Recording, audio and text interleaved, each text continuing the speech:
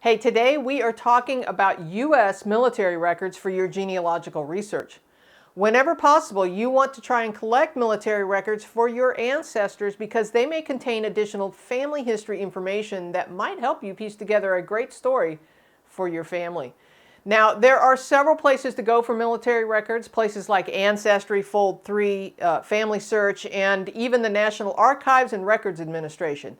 Even MyHeritage and Find My Past have U.S. military records, even though they're based outside the U.S. Now, U.S. Military records are typically free almost everywhere. All right, now let me introduce myself in case we have not met before. My name is Connie Knox. I am a lifelong genealogist here to help you go further faster and factually with your family history research. Now, don't forget to subscribe and ring the bell so that you get notified each time I upload a video. There is a newsletter, a Facebook page, and a website. Links for all of that are in the show notes below. Now, there is a handout for this episode, and we'll talk more about that toward the end of the show, but basically you need to be at the information access level channel membership, or you can find them at genealogytv.org. All right, now what information do you need to find your military ancestors? Okay, well, it is best to have the full name of your ancestor and when and where he or she was born and when they enlisted. And it helps to know what conflict they were in if they were in a conflict, okay? And other information that might be helpful is a close family member to make sure that you have the right guy. Now, you need to know this. In 1973, there was a fire at the National Personnel Records Center, and it destroyed many of our military records. So here's an excerpt from the National Archives and Record Administration article that helps you understand why you might not find the ancestors that you seek, okay? So the National Archives reported that, quote, "The estimated loss of Army personnel records for those discharged from November 1st, 1912 to January 1st, 1950 were about 80% destroyed. In addition, approximately 75% of the Air Force personnel records for those discharged between September 25th, 1947 and January 1st, 1964 were also destroyed in the catastrophe. However, in years following the fire, the National Personnel Records Center collected numerous series of records referred to as the auxiliary records, and they are used to help reconstruct the basic service information. All right, so now you've got some basic background information. Let's jump over to the computer and see what we can learn.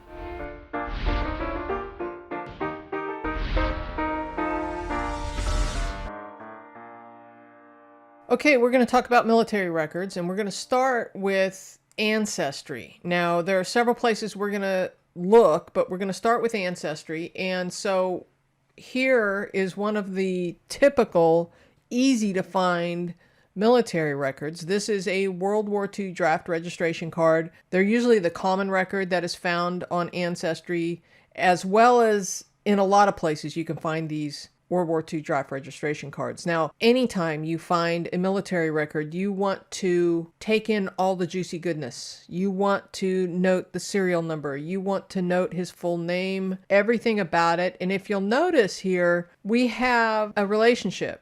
The person who will always know your address, Mrs. R.L. Miller, the relationship is that this person is his mother. So this is kind of a start. This is usually the first record people find. Now keep in mind that just because a person filled out a draft registration card does not mean they served in the service. But here is a clue. Now let's move on to how to search some of that stuff. By the way, there are a ton of free records on Ancestry, and there is a free collections search, and I will leave a link in the description box on how to get to this. Here's in the handout a list of free records that are on Ancestry that are free to search. You do not have to have a membership. For those of you who have the handout, you can have access to the ones that I have pulled out. But if you scroll down from here, you can see the full list of everything that is free to search on Ancestry. Now, I went through this list and pulled out as many as I could that I could find that had to do with military. So in the handout, the military list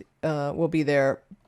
The link to this free index will be in the description box below the video on the YouTube channel. Going over to Ancestry, let me show you how you can search military records. So it's pretty simple right here, right? You can click military records and search everything that they have in the world of military. Now, some of the results may be behind the paywall if you're not a member, but in many cases for military records, a lot of this stuff is available for free. You just have to have a free subscription to Ancestry if you want to search them for free. And you can also narrow by category. You can take a look at specific data sets, and you can view all of them in the card catalog. Okay, so let's talk about Fold 3. Now, Fold 3 is owned by Ancestry, but it has a different subscription rate. Now, if you are an Ancestry member at the full all access pass, you have access to Fold 3. So take a look at your membership. You may already have full access to this. If you do not, there is a subscription for Fold 3 for some of these records here. Now, the cool part about Fold 3 is that it has these nice little thumbnails for each of the different wars. So if we drill into, say, World War II, we could search right from here and hit search. We're searching the World War II collections for this particular ancestor. Now, as you can see, there are 73,000 results. So you're going to want to make sure that you have filtered this down. So I'm going to throw some filters in here. I'm going to say World War II. Well, it took me a little noodling over here with the filters. I had to take off a couple filters and put on a couple filters. And one of the things that was key for me was to take this filter box right here, and I added another name. See, it says William A. Miller here. I added another name here to help narrow it down to just William A. Miller. And I also had sorted it by relevance, by the way. And when I finally got down here, after searching through a couple of these guys, that were from I know his birth year was 1917, and there he is. I find him in the Fold 3 records, and it says there's a memorial here. Now, you can create a memorial page, although it doesn't look like anybody's really done anything here. But you can create a memorial page by adding and uploading stories and information and photographs. This is his information. I know this to be him. So there's a lot more information here than what is on that draft registration card. So now we're going to move on to the National Archives, and this is at archives.gov as opposed to archives.com, which is owned by Ancestry. That's a completely different website. You want to go to archives.gov, or you can even search for NARA for the National Archives and Records Administration. What you want to do is you want to click on this button right here, Veteran Service Records. And once you get here, you can scroll down a little bit. It says Researching Military Records. What is available online? Well, when you click through to that, you're going to get this page. And what I do is I go straight over here to the era in which I am researching. In this case, let's go to World War II. When we get to World War II, we can then take a look at what records are available online. Now, keep in mind, you're going to find more at either FamilySearch or on Ancestry, I think, than what you're going to find here. But remember, at the National Archives, everything is free. So in this case, William A. Miller was a POW. So I'm going to take a look at this record set, which I've already preloaded over here. And so when I am here at this database, I can hit search.